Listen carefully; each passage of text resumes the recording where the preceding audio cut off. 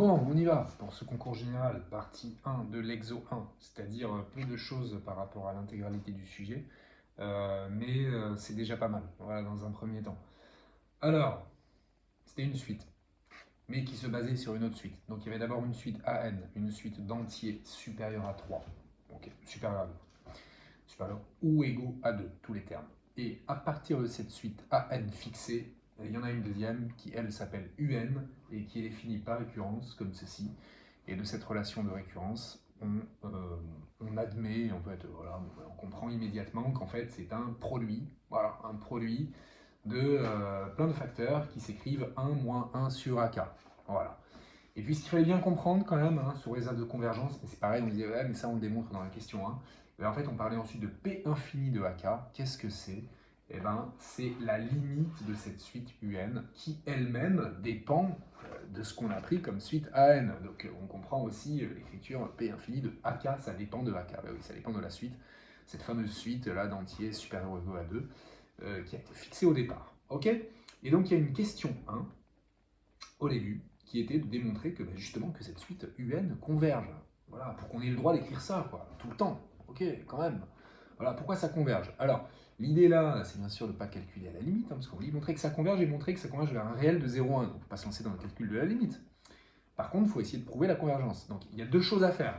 Il y a c'est la question 1. Il y a déjà prouver que UN converge, et puis 2, prouver que sa limite, petite L, qui en fait est ça, et ben, elle appartient à l'intervalle 0,1. Voilà, deux choses à faire. Donc déjà, la convergence, ça va être le théorème de convergence monotone. De toute façon, voilà, il faut se dire comment je peux prouver qu'une suite converge tout court, sans travailler sur sa limite. Ça va être décroissante minorée ou croissante majorée. Donc là, il fallait quand même bien comprendre comment se comporte cette suite, comprendre qu'en fait, on peut réussir à montrer qu'elle est bornée. Ok, donc on se dit, si j'arrive à trouver sa monotonie, ça peut aller. Et puis, un petit peu d'intuition, là, voilà, on comprend qu'en fait, elle décroît, cette suite. Alors, intuition, ok, mais alors on va commencer déjà par montrer qu'elle est positive, strictement positive. Donc on en est là, d'accord? On essaie de démontrer ça. Pour montrer que QN converge, on va montrer qu'elle est décroissante et minorée. Et on va d'abord montrer qu'elle est minorée par 0. Donc ça, ça va être d'abord de montrer que UN est strictement positif. D'accord? Alors je dis strictement positif, oui, parce que voilà, ça commence à 2, donc ça ne peut pas faire 1, donc il n'y a aucun des facteurs qui s'annule. Bon, UN strictement positif, comment ça se fait? On comprend qu'en fait, il s'agit là de produits de facteurs tous strictement positifs. Faut le prouver. Alors, idéalement, pour le prouver, faut le prouver par récurrence. Au rang 0, U0 c'est strictement positif, ça vaut 1. Maintenant, si on suppose que UN est strictement positif pour un certain rang, au rang suivant, on a à multiplier notre UN par 1 moins, pardon, c'est ici, par 1 moins 1 sur AN, d'accord? Et en fait, on sait que AN est supérieur à 2. Regardez, donc si AN est supérieur à 2, quand on fait 1 sur AN, ça va être inférieur à 1 demi. Et donc notre 1 moins 1 sur AN, il va être positif, strictement. Donc en multipliant par ça, ça va donner un UN plus 1 qui est strictement positif. Autrement dit, par récurrence, UN, c'est strictement positif pour tout n. Ok? Alors, ensuite, ok, on a fait ça, mais on doit maintenant prouver qu'elle est décroissante. Alors, le UN plus 1 sur UN marche bien, on peut le faire. Rien ne nous empêche non plus de faire UN plus 1 moins UN, parce qu'en fait, ça marche aussi. UN plus 1 moins UN, regardez, on a l'habitude de le faire, donc faisons-le. Il y a des choses qui vont s'annuler. Regardez, il ne va ne rester que moins 1 sur AN UN. Ok, et ça, finalement, c'est assez immédiat. Pourquoi? Parce que UN, on vient de montrer qu'il est strictement positif pour tout N. Ça, c'est strictement positif. Et AN étant supérieur à 2, ce truc-là, c'est négatif. Bref, ça, c'est strictement négatif. Puis on a juste besoin de ça, voilà, c'est une suite décroissante. Donc finalement, UN, elle est décroissante, elle est minorée par 0, donc ça va être une suite convergente. Ok, UN converge, super. Alors par contre, UN converge, pourquoi elle converge vers un réel de l'intervalle 0? Bon, ce qu'il faut montrer, c'est que UN est compris entre 0 et 1, voilà. C'est une suite bornée, en même temps, comme elle converge, je sais qu'elle est bornée, voilà. Mais c'est 0,1 qui nous intéresse, parce que vous savez pourquoi ça ne tendrait pas vers 2 ou vers 17. Bon, On sait déjà que UN est positif. Il reste à montrer que UN est inférieur à 1, donc le plus rapide, bien sûr, c'est que comme on a prouvé que UN est décroissante et que U0 égale 1, bah alors UN, pour tout N, c'est inférieur ou égal à 1. Donc conclusion, UN, en fait, est compris entre 0 et 1. Et elle converge. Donc sa limite, elle est dans l'intervalle 0,1. Vous voyez? Et alors la subtilité, c'est que oui, elle peut faire 0. Ça peut faire 0. Alors pourquoi? Pourtant, il y a un strictement. D'accord? Mais bon, bah, pensez à 1 sur n, les termes sont strictement positifs et pourtant elles convergent vers 0. Donc les crochets ouverts deviennent des crochets fermés quand on passe à la limite. Et de toute façon, la limite, voilà, si elle est comprise entre 0 et 1, crochet ouvert, elle est comprise entre 0 et 1, crochet fermé. D'accord? Donc voilà, il fallait montrer que ça converge vers un réel de 0,1. Bon, bah, ça converge vers un réel de 0,1, crochet fermé. Voilà, ça converge. Les termes de la suite sont compris entre 0 et 1. Donc le petit L, qui en fait est lui, hein, c'est lui. Bah lui, c'est un réel de 0,1. Voilà pour la question 1. Ok? Alors, question 2, c'était quoi? Eh bien, c'est la question 2 et la question 3, c'est calculer les limites dans certains cas, pour certaines suites, ok, pour certains AN, hein, certaines suites AN. Alors la première, regardez, celle qu'on nous demande, c'est celle-ci, la suite K plus 2. Alors elle fait peur cette suite, en fait c'est la suite UN égale N, hein. C'est un peu ça quoi. Il y a juste un décalage de rang pour permettre d'avoir quand même une suite qui a des termes supérieurs ou égaux à 2, parce que sinon ça ne va pas, ok? Alors on vérifie quand même, hein. Ça c'est bien une suite d'entiers supérieurs ou égaux à 2, il faut quand même le vérifier, d'accord? On est bien dans les conditions de ce qu'on a fait avant, ok? Tout va bien. Donc en fait on va s'intéresser à la suite UN qui est telle que on a fixé notre AK comme étant K plus 2, ok? Voilà, et donc on va travailler sur ce produit, on va travailler sur UN. Il faut essayer de comprendre ce qu'il va faire ce produit, qui est donc le produit des 1 moins 1 sur K plus 2, pour K variant de 0 à N-1. Ok? Voilà. Alors c'est un produit qu'on avait déjà vu dans le Turbomat parce que c'est un produit télescopique. On l'avait vu avec un 1 moins 1 sur K, d'accord? Qui commence à 2 et qui s'arrête à N. En fait, c'est le même. C'est la même chose, hein. Voilà, il y a juste un décalage de rang. Et c'est pareil, ça on va le mettre sous le même dénominateur. K plus 2 moins 1, ça fait K plus 1 sur K plus 2. On pourrait faire un changement de variable pour rendre la chose un peu plus jolie, mais on comprend ce qui va se passer. Je pense qu'on le comprend mieux en l'écrivant en extension. C'est-à-dire en extension, on comprend qu'on va avoir 1 sur 2, fois 2 sur 3, fois 3 sur 4, fois etc. D'accord? Le dernier terme ici du produit, c'est n-1 plus 1, c'est-à-dire n sur n plus 1, n-1 plus 2. D'accord? Et en fait, il y a presque tout qui s'en va. Ça s'en va, ça s'en va, ça s'en va, ça s'en va, et tout s'en va sauf lui et lui. Donc en fait, ce UN, ici, dans ce cas-là, pour cette suite AN, AK, qui était K plus 2, ça me donne 1 sur N plus 1. Conclusion, ça tend vers 0 quand N tend vers plus l'infini. Donc notre P infini de K plus 2, il vaut bien 0. C'était un produit télescopique. Voilà pour la question 2. Voilà. Alors la question 3, eh ben, elle ressemble. Voilà, elle ressemble parce qu'il fallait calculer cette fois P infini de K plus 2 au carré. Donc on a changé de suite à K, d'accord? Cette fois, c'est la suite de carré. K plus 2 au carré, c'est bien, pour K supérieur ou égal à 0, une suite d'entiers supérieurs ou égaux à 2, sans problème. Ok? D'ailleurs, ça commence à 4. Bon, et bien donc on est dans les conditions d'utilisation de cette suite UN, etc. Donc on peut y aller sur UN. Okay. UN, c'est encore le produit, et cette fois des 1 moins 1 sur K plus 2 au carré. Okay. Et là encore, on va travailler en mettant sous le même dénominateur. On va avoir ça qui serait écrit K plus 2 au carré moins 1. Okay. C'est-à-dire identité remarquable K plus 2 moins 1, K plus 2 plus 1. C'est-à-dire K plus 1 fois K plus 3 sur K plus 2 au carré. Voilà. Pour K variant de 0 à N-1. Ok? Et là, pareil, là, il faut l'écrire absolument en extension pour comprendre ce qui se passe. Ok? Ce qui se passe, c'est quoi? Ce qui se passe, c'est 1 fois 3 sur K plus 2, au début, ça vaut 2 au carré. J'écris 2 fois 2. Fois. Le prochain, c'est qui? C'est 2 fois 4 sur 3 fois 3. Le prochain, c'est 3 fois 5 sur 4 fois 4, etc., etc. Je vais aller au bout. Regardez, le dernier terme, le dernier facteur, ça va être qui? Ça va être n-1 plus 1, c'est-à-dire n fois n-1 plus 3, c'est-à-dire n plus 2. Okay. Le tout divisé par n-1 plus 2, c'est-à-dire n plus 1 au carré. Et juste avant, j'ai qui? Tiens, je vais effacer ça, il m'embête. Juste avant, j'ai n-1 fois n plus 1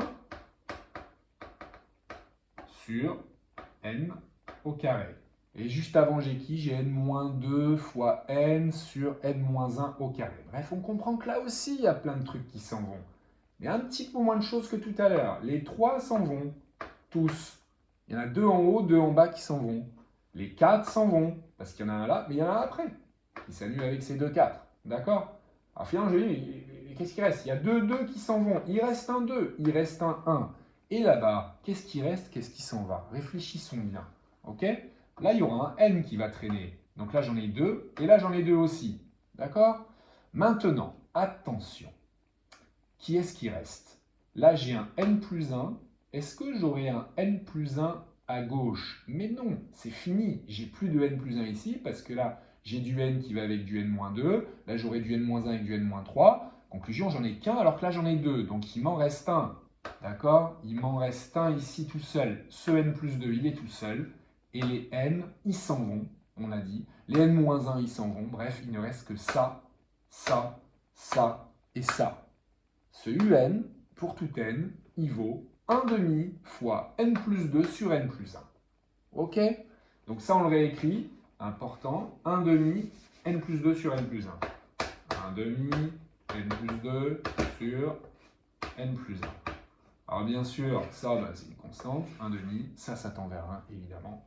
Donc ceci tend vers 1 demi. Conclusion, P infini de k plus 2 au carré, c'était 1 demi, produit télescopique. Lui aussi, vu dans le turbomat, mais la difficulté, c'était de le réécrire, enfin de le retrouver, et puis de faire le lien avec cette syntaxe un peu compliquée, de la compréhension de ce que c'était que cette limite de suite. Ok, voilà, on passe à la question 4. Question 4 que je vais vous écrire. Qu'est-ce que c'était que cette question 4? Regardons-la. Question 4, c'était, on parle de Vn plus 1, voilà, qui était Vn fois 1 plus x puissance 2 puissance n. Je vais l'écrire comme ça, regardez, 1 plus x fois 1 plus x carré fois 1 plus x4 fois etc. fois 1 plus x puissance 2 puissance n-1. Il avait carrément mis des parenthèses pour ne pas se faire piéger par ces puissances étagées. C'est d'abord 2 puissance n-1 qui est l'exposant de x. D'accord? Voilà. Et il fallait montrer que Vn, c'était égal à 1 moins x puissance 2 puissance n sur 1 moins x. Alors, le piège là, c'est de se dire, tiens, ça me fait penser à une somme de termes géométriques, complètement. Mais 2 puissance n, nombre de termes, et puis pour une somme, voilà, moi ça risqué parce que là je vois pas du tout de puissance n termes. Bon bref, c'est des trucs qui ressemblent mais qui sont pas tout à fait ce qu'on a d'habitude. Donc là, franchement, pour démontrer ça, pour moi, il n'y a rien de mieux qu'une récurrence. Regardez, la récurrence va très bien marcher. On va essayer de réfléchir à ça. En même temps, ce qu'il faut faire gaffe, c'est que ça, pourquoi j'ai mis Vn plus 1 d'ailleurs? C'est Vn ici. Ça, je ne peux l'utiliser que pour n supérieur ou égal à 1. Donc, idéalement, pour l'initialisation, j'utilise pas ça, mais j'utilise que C que V0. Parce que V0, je l'ai en fait. V0, on me le donne. C'est V0 égale 1. À la limite, je peux aussi calculer V1. Ça ne mange pas de pain, voilà, pour essayer de comprendre. V1, ça y est, ça, je peux l'appliquer. Donc, ça va aller jusqu'où? Jusqu'à x puissance 2 puissance 1 moins 1, c'est-à-dire 2 puissance 0, c'est-à-dire 1. Donc, en fait, j'ai juste le 1 plus x, quoi. Vous voyez? En fait, le V1, c'est 1 plus x. Et là, si je calcule V1 là-dedans, d'accord, qu'est-ce que ça va me donner? 1 moins x carré de puissance 1, ok, sur 1 moins x, ça fait bien 1 plus x. Je vérifie quand même le V0, voilà, le V0, le V0 c'est 1, et en fait, quand je remplace n par 0 là-dedans, de puissance 0 c'est 1, ça fait 1 moins x sur 1 moins x, ça fait 1. Donc en fait, je suis rassuré par cette double vérif du rang 0 et du rang 1. D'accord? C'est juste pour cette écriture-là qui n'a de sens que si vraiment n égale 1. Mais ok, c'est initialisé, quoi. D'accord? Que ce soit en 0 ou en 1. On peut travailler sur l'hérédité. Regardez, ça c'est mon hypothèse de récurrence. Je suppose que c'est vrai. Je veux passer au rang suivant. Donc il faut que j'aille calculer Vn plus 1. Comment je calcule Vn plus 1? Eh bien, en multipliant mon Vn, d'accord, ce qui se voit là, mais ce qui se voit surtout dans l'énoncé, hein, c'est-à-dire en multipliant mon Vn, hein, Vn, par 1 plus x puissance 2 puissance n. Donc finalement, mon Vn plus 1, d'accord, c'est ça, en utilisant l'hypothèse de récurrence, fois 1 plus x puissance 2 puissance n, fois 1 plus x puissance 2 puissance n. Voilà, ok? J'ai déjà utilisé mon hypothèse de récurrence, ça y est, ok? Maintenant, je veux montrer qu'en fait, Vn plus 1, ça va faire cette écriture avec un n plus 1 ici. Donc, qu'est-ce que je fais? Je multiplie, voilà, numérateur, numérateur. C'est-à-dire, et je reconnais une identité remarquable, a moins b facteur de a plus b, ça me fait 1 moins ça au carré. Et alors attention, le ça au carré, regardez, qu'est-ce que ça me donne? Pour y aller doucement, parce que si je mets un nouvel étage, j'y vois plus rien, j'aurais écrit comme ça, regardez, x puissance 2 puissance n fois x puissance 2 puissance n. Et là, j'additionne mes exposants. X puissance 2 puissance n plus 2 puissance n, c'est-à-dire x puissance 2 puissance n fois 2, c'est-à-dire en effet x puissance 2 puissance n plus 1. Ok? Et le tout, bien sûr, divisé par un moins x qui n'a pas bougé. Résultat, mon Vn plus 1, c'est bien mon Pn plus 1 que j'ai posé proprement dans ma récurrence. La réalité est démontrée. Tout venait du fait que, attention, x puissance 2 puissance n, le tout au carré, d'accord, ça, ça fait x puissance 2 puissance n plus 1. Attention à ces puissances étagées qui sont un petit peu compliquées à bien comprendre. Ok? Voilà, ça c'était la démonstration du Vn qui va bien nous aider pour la dernière. Alors la dernière, donc ça on l'utilisera bien sûr. La dernière de cette partie 1, c'était quoi? C'était, on donne un Q qui est un entier supérieur ou égal à 1 et on nous parle d'un AK. Voilà, on nous parle d'un AK, donc d'une suite AK, qui est la suite suivante, Q puissance 2 puissance K plus 1. Voilà, le plus 1 est à côté. Ok? Donc, vérifions qu'on a quand même bien un AK tel que c'est défini dans l'énoncé. C'est-à-dire qu'on a bien ici une suite d'entiers supérieure à 2. Mais oui, c'est le cas. Q est supérieur à 1, je l'élève à la puissance 2 puissance K. Et je rajoute 1. On se dit, pour que ça soit supérieur à 2, il faudrait que ça soit supérieur à 1. Mais c'est supérieur à 1 dès lors que K est positif. Regardez, quand K égale 0, ça fait 2 puissance 0, ça fait 1. J'ai Q puissance 1. Q il est supérieur à 1 ou égal. Donc on a au minimum 2 ici, donc tout va bien. Et bien sûr, AK, ils sont tous entiers, les AK. Pourquoi? Parce que Q, c'est un entier. Je l'élève à une certaine puissance entière, ça me donne un entier. Je rajoute 1, c'est encore un entier. Donc bref, AK, c'est bien, pour tout cas, un entier qui est supérieur ou égal à 2. C'est parti, je suis donc bien dans le contexte de ce qu'on me raconte. C'est-à-dire que je vais bien pouvoir calculer, ici, mon UN.